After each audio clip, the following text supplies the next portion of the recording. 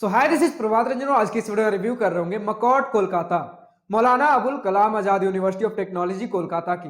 तो मकॉट हमारे कोलकाता वेस्ट बंगाल में स्थित एक गवर्नमेंट इंजीनियरिंग कॉलेज है जिसकी स्थापना 2001 में हुई थी। और बात कर ले एनआरएफ रैंकिंग की तो 2023 में इन्हें 101 से 150 एनआरएफ इंजीनियरिंग रैंक बैंड के बीच रखा गया है। हर कॉलेज वीडियो आज की इस वीडियो में भी सबसे पहले इंटरनेट पर जितना भी डेटा अवेलेबल है, like placements, admission process, cut off fee structure, बहुत क्विकली डिस्कस करने के बाद आराम से इत्मीनान से college and hostel life discuss कर रहे होंगे। तो स्टार्ट कर ले प्लेसमेंट के साथ। तो सबसे पहले हमें यह समझना पड़ेगा कि आज के डेट में आपको तीन ब्रांचेस देखने को मिलते हैं, कंप्यूटर साइंस, आईटी और इलेक्ट्रॉनिक्स। लेकिन इलेक्ट्रॉनिक्स आपके जस्ट 2023 से चालू हुआ है, तो अभी इसके प्लेसमेंट रिकॉर्ड्स अवेलेबल नहीं है। तो 2022 का हमारे पास प्लेसमेंट डेटा अवेलेबल है जो कि मकॉट ने एनआरएफ के पास सबमिट किया था। तो जो भी डेटा आपके कंप्यूटर साइंस और आईटी दोनों ही ब्रांचेस का मिलाकर है, तो दोनों ही ब्रांचेस अप्रॉक्स सिमिलर होते हैं। तो जो भी प्लेसमेंट डेटा होगा, हमारे पास ओवरऑल डेटा अवेलेबल है, तो दोनों ब्रांचेस का सिमिलर ही आप मानकर चल सकते हो। तो इस एनआरएफ डेटा के हिसाब से 2022 में टोटल 93 स्टूडेंट्स ने बीटेक से ग्रेजुएशन कंप्लीट किया, जिसमें 61 स्टूडेंट्स प्लेस्ड थे। तो अगर इस डेटा की माने तो ओवरऑल प्लेसमेंट परसेंटेज आपका लगभग 65% बन रहा होता है। इसी के साथ सभी ब्रांचेस यानी कंप्यूटर साइंस और आईटी को मिलाकर ओवरऑल मीडियन सैलरी 4.5 एलपीए रहा 2022 में। इससे ज्यादा और कोई डेटा हमारे पास प्लेसमेंट्स को लेकर एनआरएफ की रिपोर्ट में नहीं होते हैं, बट स्टूडेंट्स ने बताया कि 5 से 6 एलपीए ज्यादा से ज्यादा आप एवरेज पैकेज मानकर चल सकते हो।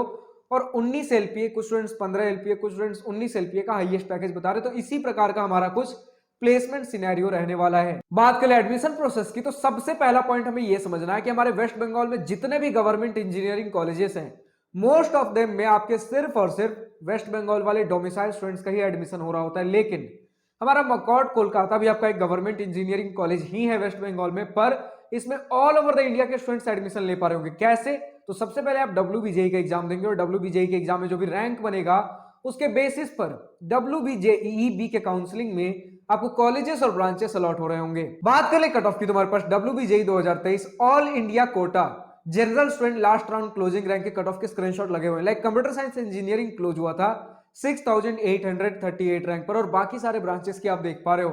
अब अगर आपको हर ईयर, हर राउंड, हर कैटेगरी कट ऑफ चाहिए तो आप कॉलेज प्रवेश की वेबसाइट पर विजिट कर सकते हो। बात करें फी स्ट्रक्चर की, तो आपके सामने डिटेल्ड इंस्टीट्यूट फी, ट्यूशन और बाकी सारे फी का स्क्रीनशॉट लगा हुआ है। इसमें आपका हॉस्टल फी और मेस फी इंक्लूडेड नहीं है। तो अगर इसे मैं समराइज कर दूं तो बीटेक कंप्यूटर साइंस, आईटी और इलेक्ट्रॉनिक्स का बिना कोई ट्यूशन फी वेवियर अगर फर्स्ट ईयर में एडमिशन ले रहे हो, उस केस में आपके 4 साल का बीटेक फी हॉस्टल और मेस छोड़कर 2,32,300 रुपए के आसपास रहने वाला है। वहीं अगर ट्यूशन फी वेवियर हो या फिर लेटरल एंट्री हो तो उसका भी आप देख पा रहे हो, टोटल जो भी आपका 4 साल में लगने वाला होगा हॉस्टल और मेस छोड़कर। तो TFW का मतलब होता है ट्यूशन फी वेवियर वाले स्टूडेंट्स, और लेटरल एंट्री मतलब जो भी स्टूडेंट्स सेकंड ईयर से आपके एडमिशन ले रहे होंगे। अब बात कर ले अगर हॉस्टल और मेस की, तो मेस का फी आपका ऐसा एक बार में नहीं लिया जाता।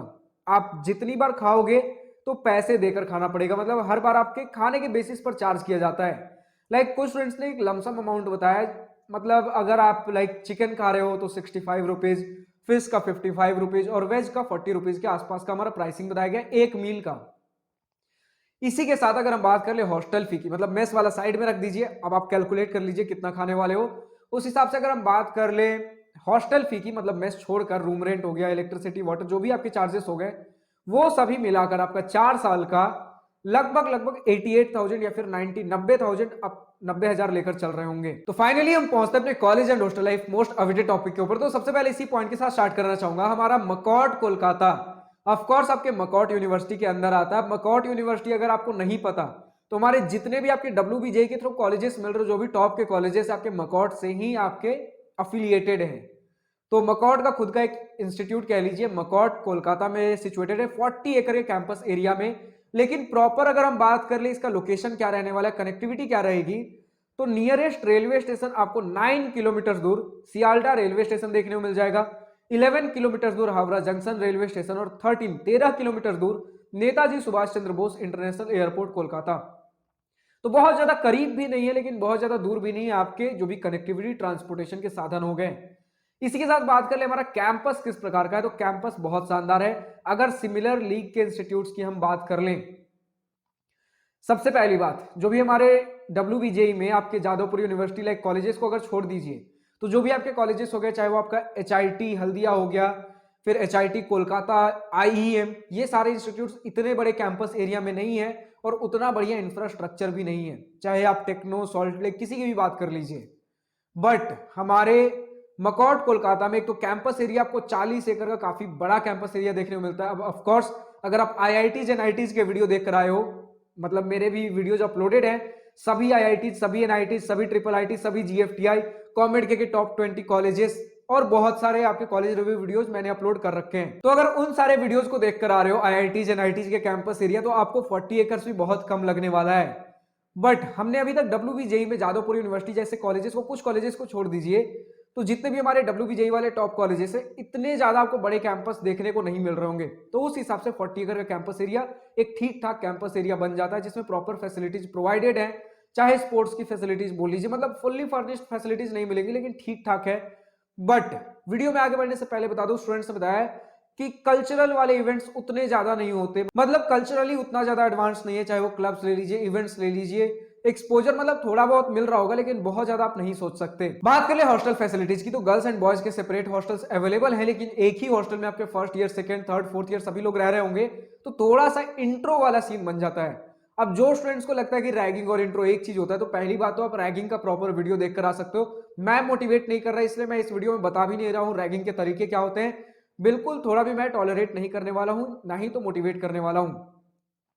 बट इंट्रो क्या होता है? एक फ्रेंडली, एक इंट्रोडक्शन बोल सकते हो, इंटरेक्शन बोल सकते हो जूनियर और सीनियर के बीच में, जिसमें ऑफकोर्स आपके सीनियर कुछ सवाल जवाब कर रहे होंगे जूनियर से। हाँ, लेकिन एंड में अगर जूनियर को भी कुछ सीनियर के बारे में जानना है, तो थोड़े बहुत वार्तालाप हो सकते हैं। देखिए, इससे होता है कि सीनियर पहचान लेते हैं, अच्छा ये जूनियर मस्त बंदा है, तो इनके साथ जोड़ी बन सकती है। तो इंट्रो से होता है कि जूनियर सीनियर के बीच में बॉन्डिंग एक बन जाता है। लोग अपने लिए बोल सकते हैं, सेलेक्ट कर लेते हैं कि हाँ चलो ये मेरा जूनियर बेस्ट है, इसके साथ आगे के 4 साल 3 साल जो भी अच्छे कटने वाले हैं, जो भी काम करवाना हुआ तो मैं इसका काम कर दूंगा, कुछ ये मेरा काम कर देगा। किस प्रकार के काम होते हैं? लाइक आप उनके किस प्रकार के काम कर सकते हो? अगर कुछ हेल्प चाहिए हो, भैया ये प्रोजेक्ट कैसे बन सकता है, सर मैम ये प्रोजेक्ट कैसे बनेगा, ये प्रोफेसर कैसे हैं, यहाँ पर मेरा मार्क्स ये, मतलब जो भी आप अपने एंड से हेल्प कर सकते हो। आप जूनियर हो तो जूनियर कैसे सीनियर की हेल्प कर सकते हैं, लाइक असाइनमेंट लिख सकते हो, ज्यादा से ज्यादा यही सारी चीजें होती हैं। बट छोटा सा बात बता दूं, जो भी जूनियर अगर सिर्फ इस झांसे में आ रहे हैं कि सीनियर का असाइनमेंट लिखना है, तो सिर्फ इतने पे रुकना नहीं है हमें। जूनियर का हक होता है, अगर आपने काम किया है तो आप पार्टी भी मांग सकते हो, खाने पीने के खर्चे भी निकलवा सकते हो, तो इसमें पीछे नहीं हटना है, ठीक है? तो ये सारी चीजें मैं बता रहा हूं, एक फ्रेंडली, मतलब यहां से इंट्रो से चीजें चालू होती है। इंट्रो आपका एक फर्स्ट इंटरेक्शन हो जाता है जूनियर और सीनियर्स का, जिसमें चीजें धीरे धीरे बॉन्डिंग्स चालू होती हैं बननी। चलिए, इन सारी चीजों में आपकी हॉस्टल फैसिलिटीज तो छूट ही गई, तो हॉस्टल फैसिलिटीज आपको काफी शानदार देखने को मिलने वाले। अगेन सिमिलर लीग के इंस्टीट्यूट्स में आप कुछ NITs लेवल के वाइब सोच सकते हो।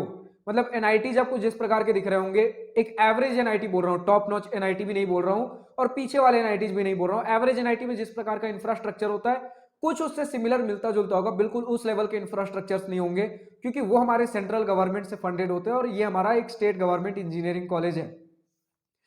इसी के साथ अगर हम बात कर लें कि किस प्रकार के आपके सीटिंग कैपेसिटी देखने को मिल रहे होंगे, तो फर्स्ट ईयर में 3 सीटर रूम और उसके बाद 2 सीटर रूम्स आपको देखने को मिल रहे होंगे। और हॉस्टल फैसिलिटीज ठीक है, डिसेंट है, मतलब बाकी सारे जो भी आपके जितने भी अभी हमने सिमिलर लीग के कॉलेजेस डिस्कस किए WBJE में, जो भी रिव्यू किए उनमें हमें देखा कि काफी छोटा इंफ्रास्ट्रक्चर है, या फिर थोड़ा सा रेनोवेशन की जरूरत है, थोड़ा पुराना हो गया। लेकिन हमारा 2001 में नया नया इंस्टीट्यूट खुला है, तो उस हिसाब से फैसिलिटीज काफी नई, थोड़ी सी साफ सुथरी, थोड़ी बढ़िया, मतलब कैंपस बढ़िया आपको देखने को मिल रहा होगा। अगर सिमिलर लीग के कॉलेजेस से हम कंपेयर करें तो कैंपस ठीक है, उसमें ऐसा कुछ एज सच दिक्कत नहीं आने वाली, अनटिल एंड अनलेस अगर आप IITs NITs IIITs कुछ टॉप के GFTI and top private and government colleges से कंपेयर कर लेते हो। अगर ये नहीं करते हो तो फिर आपको बढ़िया फैसिलिटीज, बढ़िया सब कुछ देखने को मिलने वाला है। लाइब्रेरी इसका एक सेंटर ऑफ अट्रैक्शन बना रहता है, जिसमें आपके सामने एक ओपन लाइब्रेरी भी होता है, जो अक्सर बंद रहता है, लेकिन जब भी खुला हो तो उसमें बुक्स देखने को नहीं मिलेंगे, बट स्टूडेंट्स जाकर पढ़ सकते हैं। तो इसी प्रकार का हमारा कुछ कैंपस है। कैंपस का क्या ओवरव्यू हो सकता था, किस प्रकार की चीजें, क्या सारी चीजें हमने आज के इस वीडियो में प्रॉपर डिस्कवर या रिव्यू करने की कोशिश की है ऑफ कोर्स। तो आप जो भी स्टूडेंट्स मकॉट कोलकाता से इस वीडियो को देख रहे हो, अभी तक आपका अपना कॉलेज एक्सपीरियंस कैसा है, पॉजिटिव नेगेटिव जो भी आपका अपना कॉलेज ओपिनियन हो, या फिर आज के इस वीडियो में मेरे किसी बातों से सहमत या फिर असहमत हो, या फिर किसी पर्टिकुलर ब्रांच का लेटेस्ट प्लेसमेंट डिटेल्स अवेलेबल हो, तो ये सारी चीजें कमेंट सेक्शन में लिखकर बताना ना भूलें। और जो भी स्टूडेंट्स किसी दूसरे इंजीनियरिंग कॉलेज से इस वीडियो को देख रहे हो, अगर अभी तक आपके इंजीनियरिंग कॉलेज का वीडियो हमारे चैनल पर अवेलेबल नहीं है तो डिस्क्रिप्शन में आपको एक गूगल फॉर्म देखने को मिल जाएगा जिसमें आपके कॉलेज से रिलेटेड हर छोटे से बड़े डिटेल्स पूछ रखे गए हैं।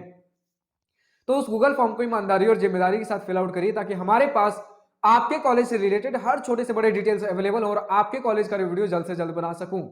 एक छोटा सा डिटेल और कि अभी हमारा एक स्कॉलरशिप वाला सीरीज चालू हो चुका है जिसमें अगर आपको किसी पर्टिकुलर स्कॉलरशिप के बारे में जानना हो, डिटेल्स चाहिए, तो कमेंट सेक्शन में उस स्कॉलरशिप का नाम लिखना ना भूलें। और अगर किसी पर्टिकुलर स्कॉलरशिप के बारे में आपके पास जानकारी है तो गूगल फॉर्म है, 5 से 10 मिनट का समय लगेगा, उस स्कॉलरशिप के बारे में जानकारी जरूर से जरूर दें। क्योंकि अगर आप एक स्कॉलरशिप का कंट्रीब्यूशन करते हो, इसी प्रकार के एक एक स्टूडेंट भी अगर एक एक स्कॉलरशिप के बारे में भी बताते हैं तो हमारे पास कई सारे स्कॉलरशिप्स इकट्ठे हो जाएंगे, हर किसी का वीडियो आएगा। तो सोचिए अगर सिर्फ आपके पास एक स्कॉलरशिप का डिटेल था, आप ही के जैसे बाकी सारे स्टूडेंट्स भी अगर तैयार होते हैं तो सभी के एक इकट्ठे हेल्प की वजह से सभी को एक के बजाय बहुत सारे स्कॉलरशिप्स का आइडिया, डिटेल मिल पाएगा और अपने लिए बेस्ट स्कॉलरशिप चुन पाओगे। तो सब कुछ अब आपके हाथ में है, कितना आप कंट्रीब्यूट करना चाहते हो, सिर्फ 5 से 10 मिनट का वक्त लगेगा। तो आज के इस वीडियो में इतना ही। अगर वीडियो पसंद आई हो तो लाइक शेयर और दिल खोलकर करिएगा और अगर कुछ दिल की बातें, कुछ मन की बातें लिखकर बतानी हो या पूछनी हो तो कमेंट सेक्शन आप ही के लिए तो है। Thank you for watching this video. Good bye, nice day, wish you all the best for future, enjoy journey.